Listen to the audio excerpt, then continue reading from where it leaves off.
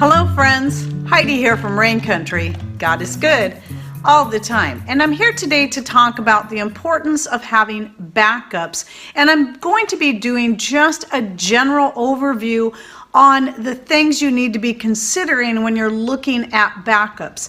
Now, I'm not going to be going into a lot of detail on each one because this video would probably be hours long, and we actually have a good amount of videos out there already specifically on some of these different things. Like we have a couple of them just on cooking sources, and I'll link to the most recent one down below. We also a few years ago did a whole playlist that so far is 11 parts to it on breaking down each thing: food, water, power, fuel, and so on. And even though those videos are old, I'll go ahead and link to that down below. Yes, we've changed some things since, and if I was to do all that over again, there's a lot more I would add. And then any videos other than that's what's in that one full playlist, I will also post those in the description box down below. So make sure you know how to open that description box by either clicking on show more, that's in all caps right down here under this corner, if you're on a computer. But if you're on a smart device, it'll be in the form of a little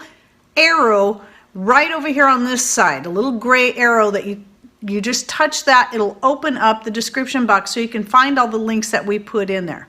Obviously, the most common one people talk about is food. Getting started in gardening or adding on to your garden so that you have a more sustainable way to keep food sources coming in. And then of course you're going to need ways to preserve those. So having canners and dehydrators, whether it be an off-grid way of dehydrating or getting an electric dehydrator, or even a freeze dryer, and even freezers. But along with that, obviously that means you're going to also need some backup power sources. If you're going to be dependent on freezers and freeze dryers and dehydrators, you're going to need something else to run those. But that's why it's also good, I'm going to keep coming back to this one, to find off-grid ways of doing things. Just like people have been dehydrating for thousands of years, without any electricity, it can be done. And I do it quite frequently. Even though I have electric dehydrators, I also have off-grid ways of doing that. And water supply, some of you might have a good well put in, but if you're dependent on city water, it's really important you have a backup source. We have city water, but we also have a pretty good size backup source via rainwater, and that's the only water that we'll actually consume and cook with and make our coffee and teas with. And then the city water is used for washing with.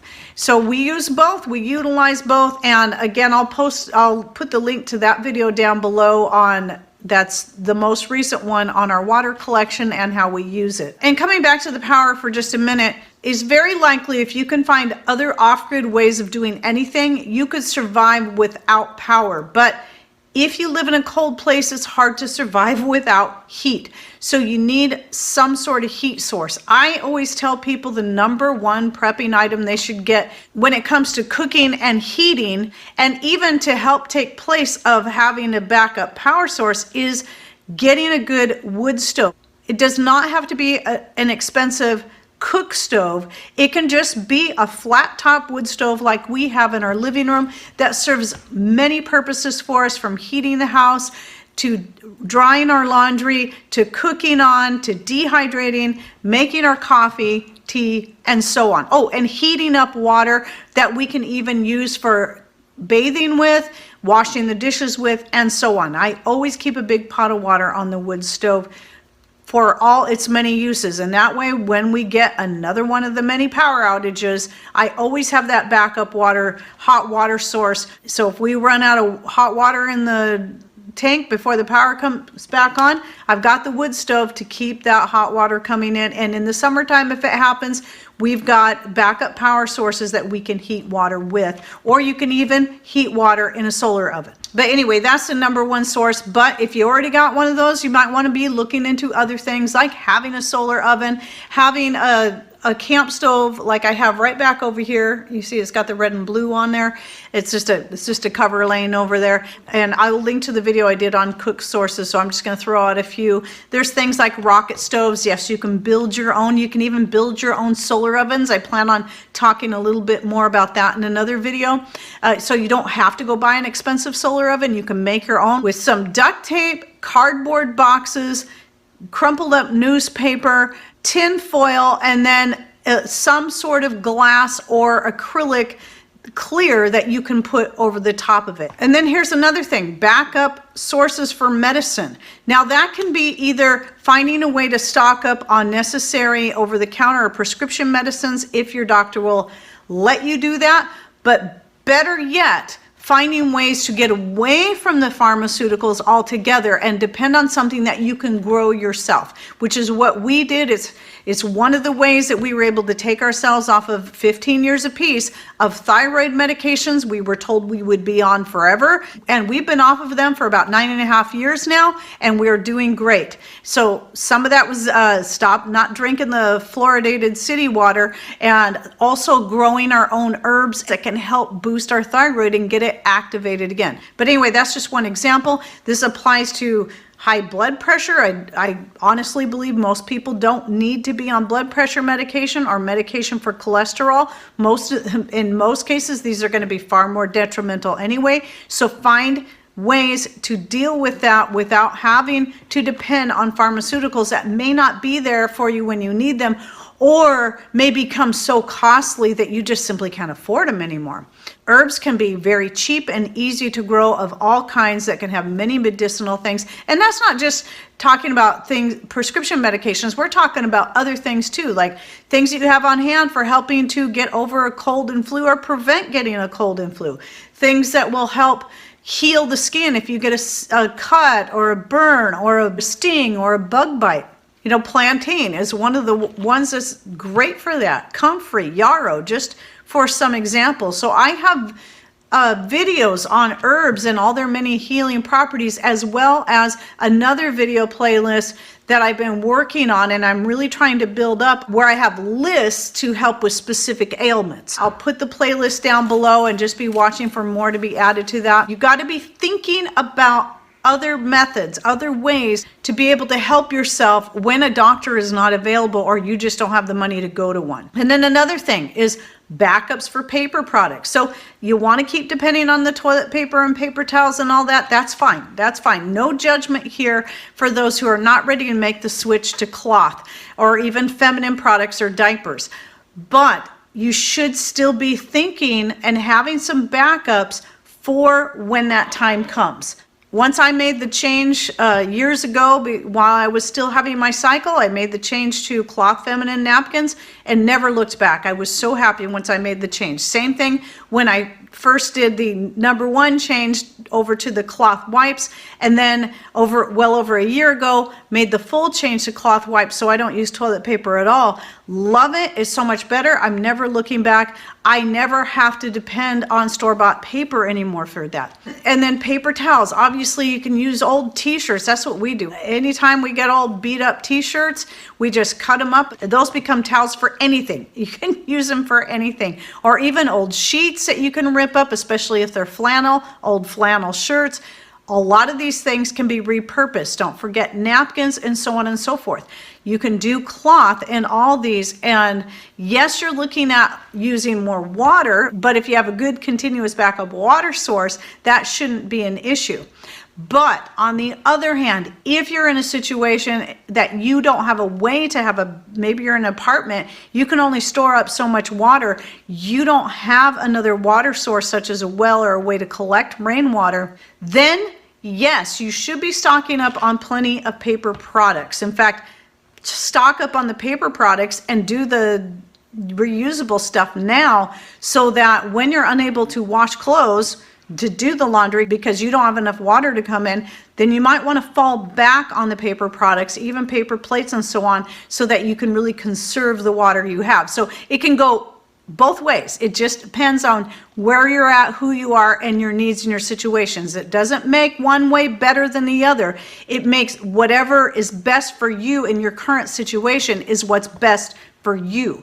Again, nobody should be judging you based on what you're doing now or not doing now. And then, of course, obviously, and this is one I'm going to keep saying, it's also going to be based on what your pocketbook can afford. Not everybody can run out and buy a generator or put up a whole solar setup or a freeze dryer or even a dehydrator. We have to do what's going to fit into our pocketbook. So if you can't afford those things, then find other ways, such as off-grid ways of doing things. I have over here a treadle machine I've been using for at least 7 or 8 years now, maybe 9. I don't even remember anymore when I got it. And I love it. It's been the best machine I've ever used, and I never have to depend on power, be it solar power, generator power, or public power. I just have to depend on the power of my own legs to get it to run.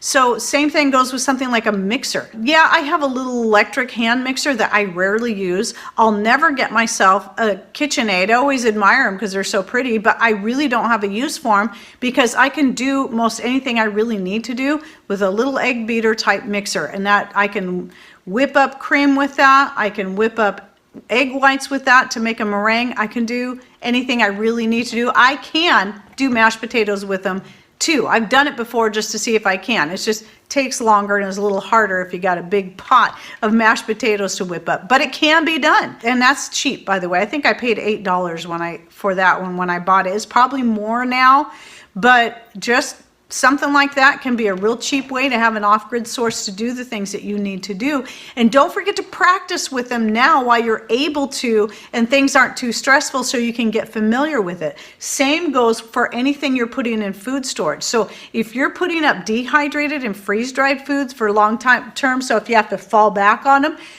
you need to practice with them. You need to learn how to use them. I use dehydrated foods every day in some form. And so learning how to use them now is more important than just stocking up on them, because when the time comes and you got to fall back on those, but you have no idea how they're going to work in anything, then you're going to be putting yourself under a lot more stress than you could be under if you'd just been practicing with it all along. And then another thing, I have a video just on this, like arts and crafts projects. Okay, that sounds silly to say that, because what's that going to matter in a grid down situation? Well, it's going to matter a lot, because if you don't know how to sew or crochet or knit or build something from wood and metal, you're going to need these skills. So learning how to do these things, as well as having the items you need on hand, such as a good supply of fabrics. And it doesn't even have to be running out and buying a bunch of brand new fabrics. It can be going to garage sales and buying a bunch of sheets that are in good condition that you can use to make whatever it is you need, whether it be clothes or curtains or napkins or cloth wipes or cloth feminine napkins or diapers, whatever it is. Same thing goes with wood.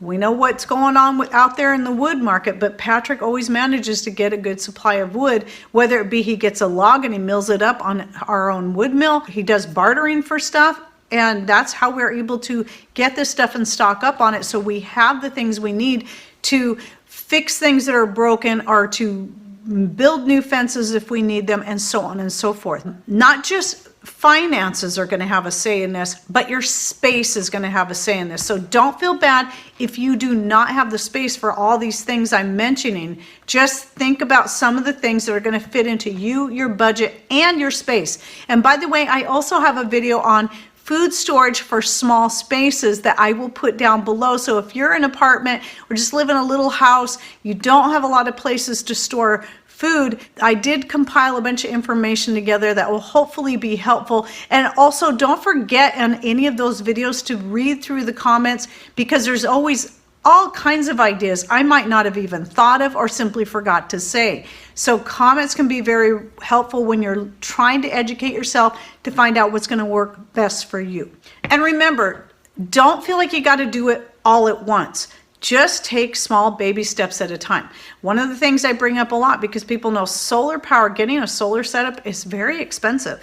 And we didn't just run out and buy this big old setup. We started a little bit at a time. We started by buying, I think, 2 solar panels, and then we bought a couple more, and then we bought some batteries, and then we bought a little bit more. We just kept adding to it as we went along. And obviously getting out of debt was one of the things that made that easier to do. Once we got the house paid off, that freed up some money for us, and that was the last debt we had. to be able to start pouring back into, such as having gas and diesel generators and the solar power setup, and even this camp oven back here, and all the different ways that we have to make sure that we're covered no matter what happens. You don't have to have 10 different ways to cook your food. As long as you have at least one good, reliable way that you can cook your food, or at least heat a pot of water when the power's out. It can be as simple as just one little inexpensive fuel burner, but also you'll have to have some fuel to go with it. So just remember that as well. And of course, let's not forget our pets or our farm animals. You want to make sure you have a good supply of whatever that you can feed your animals and take care of your animals, whatever they are. And of course, if you have farm animals, that means you have a farm. You should also be looking at all the different things that you can grow. Like I mentioned, the Jerusalem artichokes in one video, that can be good fodder for your animals, even if you don't like them, because they're easy to grow and they can take over. Yes, they can be invasive, but that's one of the things that makes them somewhat desirable. If you have the space and a special place to grow them, you can feed all kinds of farm animals just with those alone. Sunflowers, various different things. Whatever it is that you have space to grow, that you can feed both yourself, your farm animals, and your pets. So anyway, I could go on and on. This video could be hours and hours long, but mostly I just kind of wanted to do a general overview, and also to remind you of the more specific and in-depth videos we have on these different topics that I'll be linking down below. And go ahead and share any of your ideas and thoughts, little tips and tricks, things that you think others could benefit from in the comments down below, because we need to keep this community going so we can all keep learning from each other. All right, well, thanks for watching. Take care and God bless.